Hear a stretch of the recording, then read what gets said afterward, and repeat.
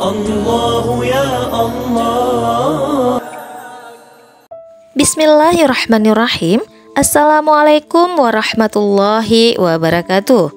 Syukur alhamdulillah kita berjumpa lagi di channel ini.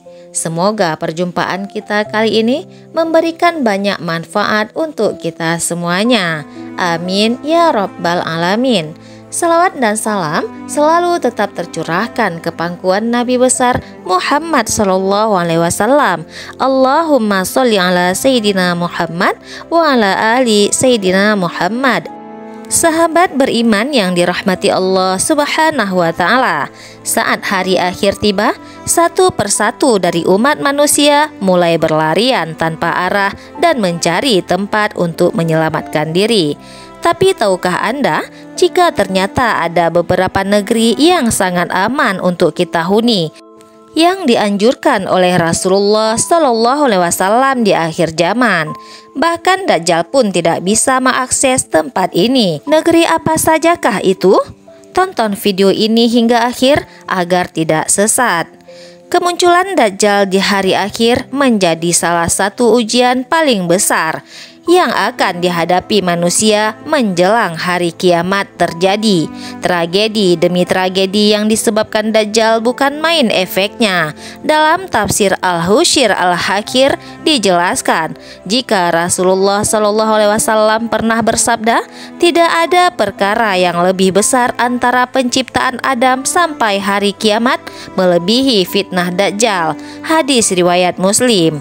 Pada akhir zaman, sosok Dajjal akan keluar dari kedua matanya tertulis kafarah yang telah terbaca oleh para umat beriman di dunia, seperti buah anggur yang mengapung. Bayangkan saja, sudah membuat bulu kuduk merinding, apalagi jika kita bertatapan langsung dengan kondisi yang serba menakutkan. Tapi uniknya, Dajjal memiliki skill acting yang cukup bagus. Pada awal-awal, dia akan mengaku sebagai orang soleh. Kamuflase ini tak berhenti di situ saja. Ia menganggap dirinya nabi, dan yang paling bombastisnya, dia mengaku sebagai Tuhan. Siapa saja mendengar tentang Dajjal, maka menjauhlah darinya. Demi Allah, sesungguhnya seseorang mendatanginya dan mengira bahwa dia adalah orang yang beriman. Pantas dia mengikutinya disebabkan subhat yang dibawanya. Hadis riwayat Abu Daud. Dari Imran bin Husain, sebagai umat muslim mendengar bagaimana riwayat Dajjal akan sangat merugikan kita di hari akhir, maka Allah Subhanahu wa ta'ala memang telah menyiapkan doa pamungkas yang bisa kita baca pada setiap penghujung salat, yakni 10 ayat pertama surah Al-Kahfi. Hal ini sesuai dengan hadis Rasulullah Shallallahu Alaihi Wasallam, siapa yang menghafal 10 ayat pertama dari surat Al-Kahfi, maka ia akan terlindungi dari Dajjal. Hadis riwayat Muslim. Doa ini akan membantu kita terhindar dari Dajjal, dan semoga tak perlu bertemu dengannya di hari akhir. Sebab siapa sangka jika tatapan mata Dajjal mampu mempraktekkan hati kita, hingga akhirnya kita tertipu seketika. Selain doa, ternyata Rasulullah Shallallahu Alaihi Wasallam sudah memberikan bocoran tempat yang aman dari makhluk yang satu ini. Dajjal dikabarkan akan muncul di perbatasan antara wilayah Syam dan Irak. Dari Nawas bin Syam'an radhiyallahu anhu berkata bahwa Rasulullah Shallallahu Alaihi Wasallam sendiri yang pernah memberikan informasi ini. Namun Mekah Al-Mukarramah merupakan tempat yang lolos dari jeratan Dajjal, karena tempat ini akan dijaga oleh malaikat yang berbaris menunggunya. Tak ada satu negeri pun, melainkan semua diinjak oleh Dajjal, kecuali Mekah dan Madinah. Semua jalan yang menuju ke sana dijaga oleh malaikat dengan berbaris. Hadis riwayat Al-Bukhari dan Muslim. bukan tanpa alasan, maka dipilih Rasulullah SAW sebagai tempat yang paling aman. Segala kebaikan berada di kota suci ini. Air Zam-Zam yang terus mengalir melepaskan dahaga ratusan ribu jamaah haji dari seluruh penjuru dunia. Air ini sangat berbeda dengan kebanyakan air lainnya.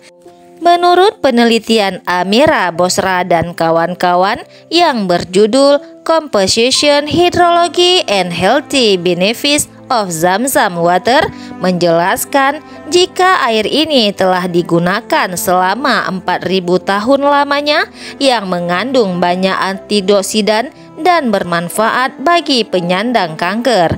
Belum lagi Ka'bah yang didirikan oleh Ibrahim bersama anaknya juga dibantu oleh beberapa malaikat. Maka tak heran kota yang telah diberkahi ini bisa menjadi tempat yang penuh rasa aman bagi umat manusia. Ketentraman tersebut sepertinya juga tidak bisa dibeli dengan apapun di dunia ini. Selain Mekah, Madinah juga merupakan kota yang paling aman di dunia karena merupakan tempat bertemunya kaum Muhajirin dan Ansor, serta ibu kota pertama kaum muslimin. Kota Madinah menjadi tempat yang memancarkan cahaya dan menarik hati masyarakat Mekah saat itu, dan akhirnya menjadi tempat tujuan hijrah Rasulullah SAW. Bahkan saking cintanya Rasulullah dengan kota Madinah, di tempat inilah Rasulullah menghabiskan sisa umurnya hingga dikuburkan dan juga akan dibangkitkan. Segala rahmat telah Allah anugerahkan pada kota ini sebagai tempat terbaik setelah Mekah. Madinah adalah rumah kedua Rasulullah yang juga tak akan bisa dimasuki oleh Dajjal dan kaumnya. Bahkan didoakan keberkahan oleh Rasulullah SAW. Salah satu doa beliau yakni, "Ya Allah, berilah kepada kami keberkahan pada buah-buahan kami. Kota Madinah kami, limpahkanlah keberkahan untuk kami pada setiap sa' dan mud kami dapatkan." Hadis riwayat Muslim. Setiap ancaman Dajjal ada salah satu penyakit yang mengerikan. Namun Rasulullah SAW menjanjikan jika penyakit ini tak akan masuk ke Madinah. Penyakit tersebut adalah taun atau lebih familiar dengan sebutan lepra. Penyakit ini biasanya disebabkan oleh kuman kusta yang menyerang kulit hingga saraf manusia. Ada malaikat di kota Madinah, maka tidak akan bisa dimasuki oleh penyakit taun atau lepra, tidak pula Dajjal. Hadis riwayat Bukhari dan Muslim. Negeri selanjutnya yang tidak bisa dimasuki Dajjal adalah Syam. Tempat ini dianggap sangat spesial karena sering kita temui dalam beberapa narasi Al-Quran dan hadis. Ulama Imam Is bin Abdul Salam dalam kitab Tarqiq Ahlu Islam fi Sukni Bila Asyam menafsirkan jika bumi yang telah kami berkahi dalam surah Al-Anbiya ayat ke-71 dan diberkati sekitarnya dalam surat Al-Isra ayat 1 adalah negeri Syam yang termasuk dalamnya Suriah. Di sini sejumlah nabi dan rasul dilahirkan. Bahkan tanda kenabian Nabi Muhammad SAW juga ditemukan di kota Syam, tempatnya di Basyar. Tak heran sebagaimana riwayat dari At-Tirmizi dan Imam An-Nasai, jika penduduk Syam rusak agamanya, maka tak tersisa kebaikan di tengah kalian. Keistimewaan negeri Syam lainnya karena negeri tersebut dinaungi sayap malaikat rahmat dan merupakan pusat negeri Islam pada akhir zaman. Selanjutnya Yaman. Berbeda dengan kota sebelumnya, mendengar Yaman, mungkin membuat Anda mengerutkan dahi, sebab beberapa tahun terakhir ini Yaman justru menjadi negara termiskin di dunia Arab karena banyaknya perang saudara yang terjadi di sana. Genjatan senjata tak henti dilakukan dan perlahan negara-negara Arab lainnya pun turun tangan sejak tahun 2015 untuk memulihkan pemerintahan Yaman. Tapi siapa sangka jika negara ini dulunya adalah tempat yang sangat direkomendasikan oleh Rasulullah SAW sebagai tempat hunian yang paling aman. Yaman berlokasi di kawasan Asia Barat dan berbatasan dengan Oman, Laut Merah, dan Teluk Aden, dan identik dengan negeri seribu wali. Bukan tanpa alasan di daerah ini masih terdapat beberapa wilayah yang menjaga kemurnian Islam dengan sangat baik.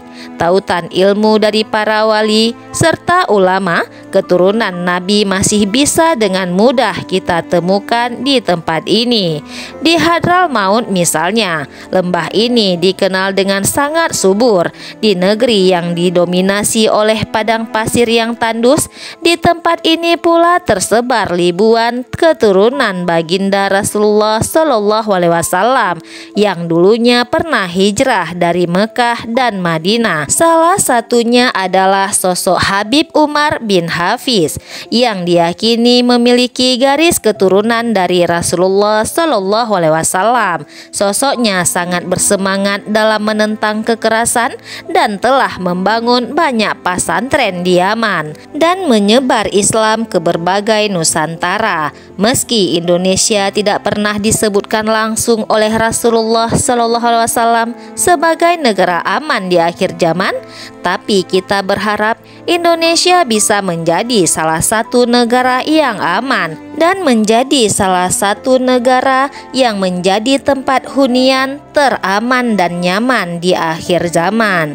Sahabat beriman, pertanyaannya, menurut Anda, apakah Indonesia layak menjadi negara yang ditempati di hari akhir? Tulis jawabannya di kolom komentar. Demikianlah yang dapat saya bagikan. Semoga bermanfaat untuk kita semuanya.